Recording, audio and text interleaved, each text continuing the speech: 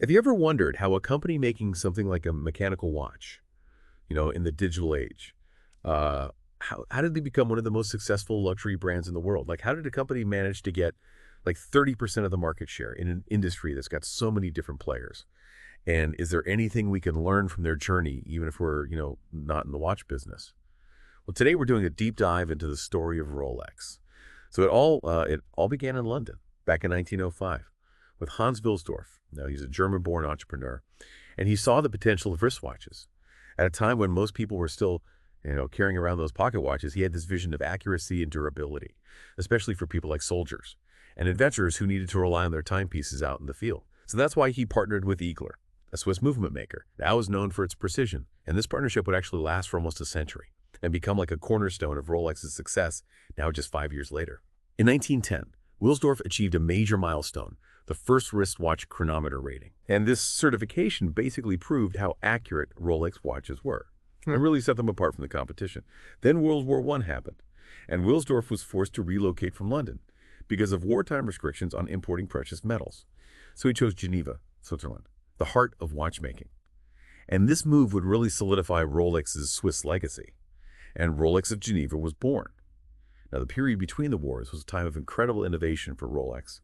In 1926, they got a patent for a waterproof winding system, which led to the creation of the iconic oyster case. This was a game changer. Suddenly, you had a watch that could withstand water, dust, and humidity, making it perfect for everything from swimming to exploring. Then in the 1930s, they introduced another groundbreaking innovation, the self-winding perpetual rotor system. Now, this ingenious mechanism used the natural movements of the wearer's wrist to power the watch. So you didn't have to wind it manually anymore. It was actually a race against other watchmakers to create the first truly self-winding wristwatch. And Rolex won. Now, as Rolex watches became known for their precision and durability, the company started focusing on building a strong brand identity. They moved away from simply highlighting product features and started crafting a story that would resonate with their audience. You can really see this shift in their advertising. So in the post-World War II era, they launched the Men Who Guide the Destinies of the World campaign, which featured figures like Winston Churchill, who famously wore a Rolex. This campaign positioned Rolex watches as symbols of leadership, achievement, and power. Then in the 1960s, they took a different approach with the If You Were campaign. They used iconic images of pilots, explorers, and athletes, all wearing Rolex watches. It evoked a sense of adventure, accomplishment, and the pursuit of excellence, broadening Rolex's appeal beyond just the elite to a wider audience. A key part of their brand-building strategy was this idea of testimonies. So instead of those short-term celebrity endorsements, Rolex sought out long-term partnerships with individuals who were at the top of their fields, people like Arnold Palmer and Roger Federer, even Sir Edmund Hillary. These individuals embodied the values that Rolex wanted to project, like precision, performance, and resilience. But then in the 1970s, the watch industry faced a major disruption, the quartz revolution. Japanese companies like Seiko and Citizen were at the forefront of this new technology. Now quartz watches. They were powered by batteries and quartz crystals, which made them incredibly accurate and affordable. And this really threatened to upend the traditional Swiss watch industry, which relied on mechanical movements and centuries-old craftsmanship. A lot of Swiss watchmakers were caught off guard and struggled to adapt. Some went all in on quartz technology, often with disastrous results, while others just clung to their traditional ways, hoping the quartz craze would just fade away.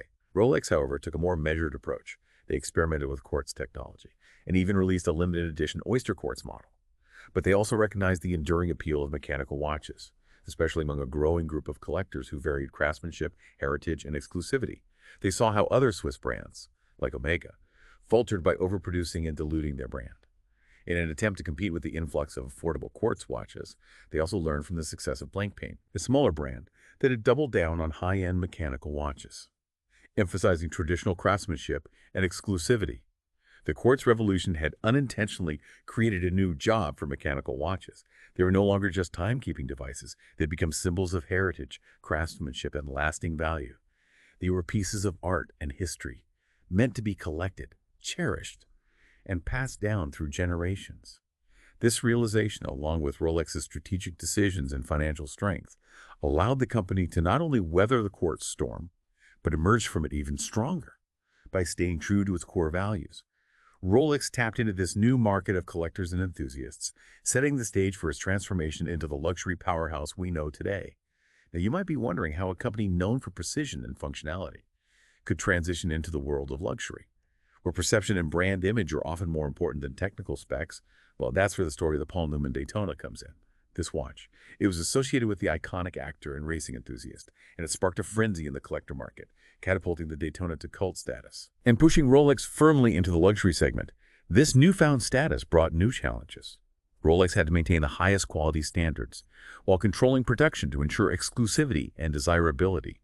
This led to the rise of authorized dealers, a network of carefully selected retailers who controlled the distribution of Rolex watches. In 1992, Patrick Heinegger, the son of the previous CEO, took over. He understood the luxury market and the importance of vertical integration for achieving top-notch quality control. Under his leadership, Rolex consolidated its production facilities, going from 27 suppliers down to just 4. This gave him unprecedented control over every step of the process, from forging their own metals to creating those intricate movements. This focus on vertical integration ensured the highest quality and added to the mystique of the brand. Rolex cultivated an image of exclusivity and craftsmanship, emphasizing the meticulous attention to detail that went into each timepiece. By the early 2000s, Rolex had become the undisputed leader of the Swiss watch industry. Their market share had soared to an incredible 30%, dwarfing their competitors. This success was a result of their unwavering commitment to quality, their masterful brand management, and their strategic response to the quartz crisis. But with dominance came new challenges, particularly around managing scarcity and the secondary market. As demand for Rolex watches continued to outstrip supply, wait lists at authorized dealers grew longer and longer, fueling a thriving secondary market where prices for popular models went through the roof. People were willing to pay a premium over retail prices just to get their hands on a coveted Rolex. This raised questions about Rolex's strategy. Were they intentionally limiting supply to create an aura of exclusivity and drive up prices, or were they simply struggling to keep up with the overwhelming demand? This debate continues today, with strong arguments on both sides. In 2023, Rolex made a bold move that shook the industry by acquiring Bucher, one of their largest authorized dealers. This signaled a potential shift in their strategy, suggesting they wanted more control over their retail operations and perhaps address the issues of scarcity and the secondary market. But Rolex also had a backup plan. Tudor, this sister brand, founded by Johan Wilsdorf in 1926, was initially positioned as a more affordable alternative to Rolex. But in recent years, Tudor has had a resurgence. They've developed their own distinct identity and released some critically acclaimed watches that have grabbed the attention of enthusiasts and collectors. Tudor's success presents an interesting dilemma for Rolex. On one hand, it acts as a pressure valve, offering a high-quality alternative to people who can't or won't wait for a Rolex. But on the other hand, Tudor's growing popularity, it could kind of eat into Rolex's sales, especially if people start seeing Tudor watches as offering, like comparable quality and value, but at a lower price. So how Rolex balances these two brands, it's going to be crucial for their future success. And then there's the elephant in the room, the Apple Watch. When Apple launched its smartwatch in 2014, a lot of people predicted the end of the traditional watch industry. Like, why would anyone need a mechanical watch when you could have this, sleek, feature-packed device that did so much more than just tell time? But the Apple Watch actually had an unexpected effect on the high-end mechanical watch market. It didn't kill it. It actually kind of helped it. You see, the smartwatch made wrist-worn devices more mainstream and fashionable, which in turn made luxury mechanical watches more appealing. Especially among younger people, we're now used to wearing something on their wrist. It's kind of ironic. The Apple Watch, a symbol of technological advancement, actually helped solidify the mechanical watch's position as a timeless object of craftsmanship, heritage, and enduring value. Now, the Apple Watch and the Rolex represent two very different approaches to timekeeping. The Apple Watch, it's a marvel of modern technology, a connected device that's, seamlessly integrated into our digital lives. The Rolex, it's a testament to traditional craftsmanship, a mechanical marvel that embodies precision, durability, and timeless style. They might occupy the same space on our wrist, but they serve different needs and appeal to different segments of the market. But there's no denying that the Apple Watch has forced Rolex to step up its game, refine its brand message, and solidify its position as the ultimate symbol of luxury, achievement, and enduring value. Rolex and Apple, despite their differences, they actually share some surprising similarities. They're both obsessed with quality, design, and innovation. They've both cultivated strong brand identities that resonate with their target audiences, and they've both mastered the art of creating products that are both highly desirable and aspirational. But they go about achieving these goals in very different ways. Apple is a tech giant, driven by rapid innovation and a constant stream of new product releases. Rolex, on the other hand, is a bastion of tradition, known for its meticulous craftsmanship and its commitment to timeless design. Apple embraces change, while Rolex embodies consistency. And yet, both companies have achieved incredible success and become icons in their respective industries. This raises an interesting question. Can we learn anything from comparing these two seemingly different companies? Can the tech-driven world of Apple and the tradition-bound world of Rolex offer insights that might be applicable to other businesses, even those outside the realms of technology and luxury? Let's dig a little deeper. Apple, with its relentless focus on innovation, has disrupted multiple industries, from music to mobile phones to personal computing. The company's ability to anticipate and meet evolving customer needs, it's been a key driver of its success. Rolex, on the other hand, has thrived by staying true to its core values. Their commitment to precision, durability, and timeless design has allowed them to create products that transcend fleeting trends and hold their value over generations. So, what can we take away from these contrasting approaches?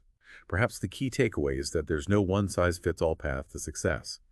Some companies thrive on disruption and constant innovation, while others find strength in tradition and consistency. The key is to understand your company's strengths, your target audience, and the changing dynamics of your industry. For some businesses, embracing the latest technology and pushing the boundaries of innovation might be the key to success. For others, staying true to their core values and focusing on timeless quality and craftsmanship might be the winning formula. The challenge lies in finding the right balance between adapting to change and staying true to your roots. Rolex's journey is a compelling example of how a company can navigate this delicate balance. Despite facing numerous challenges over its 120-year history, Rolex has consistently adapted to changing market conditions, while remaining true to its core values.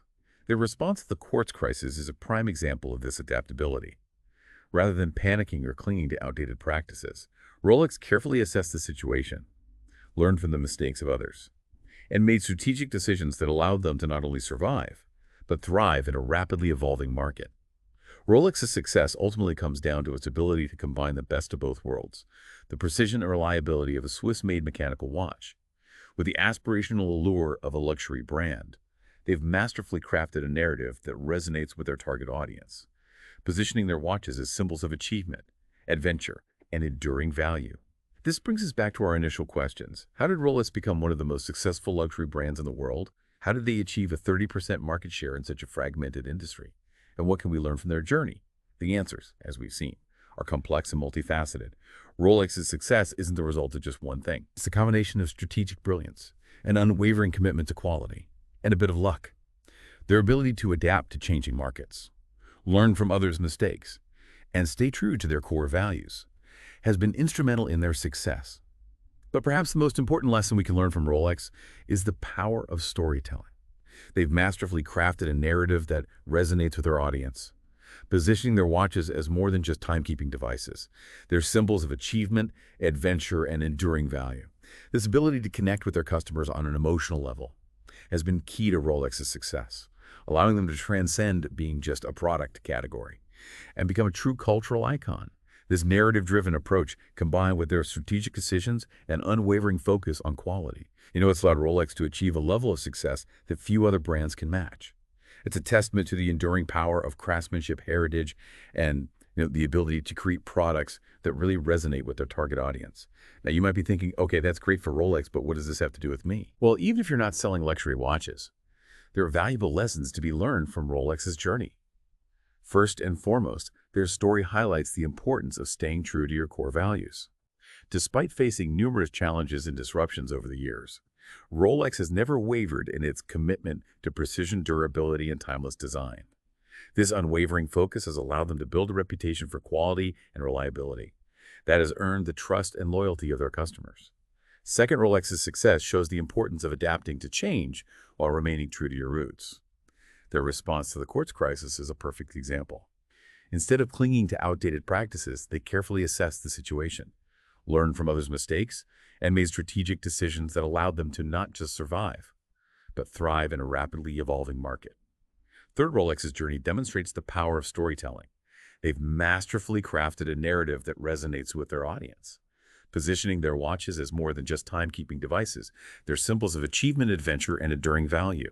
This ability to connect with their customers on an emotional level has been key to their success, allowing them to transcend being just a product category and become a true cultural icon. Finally, Rolex's story reminds us that sometimes the best strategy is to play the long game. They've consistently made decisions that prioritize long-term value over short-term gains. This patient and strategic approach has allowed them to build a brand that is not only successful, but also sustainable, ensuring its legacy for generations to come. So as you navigate your own pursuits, whether in business or in life, remember the lessons of Rolex. Stay true to your core values, adapt to change while remaining true to your roots. Craft a compelling narrative and always play the long game. Who knows, maybe you too can achieve a level of success that defies the odds and stands the test of time. One final thought to leave you with. Rolex's success has been built on its ability to create products that go beyond mere functionality and become objects of desire, aspiration, and enduring value in a world increasingly dominated by technology and disposability. Rolex's story offers a refreshing reminder of the power of craftsmanship, heritage, and the pursuit of excellence. As you go about your day, take a moment to appreciate the things in your life that possess those qualities. Whether it's a finely crafted watch, a well-worn book, or a piece of furniture passed down through generations, these objects hold a special kind of value that goes beyond their practical use. They represent a connection to the past, a testament to human ingenuity, and a reminder that true quality and craftsmanship will always endure. And that perhaps is the most valuable lesson we can learn from Rolex. That's it for our deep dive into the world of Rolex.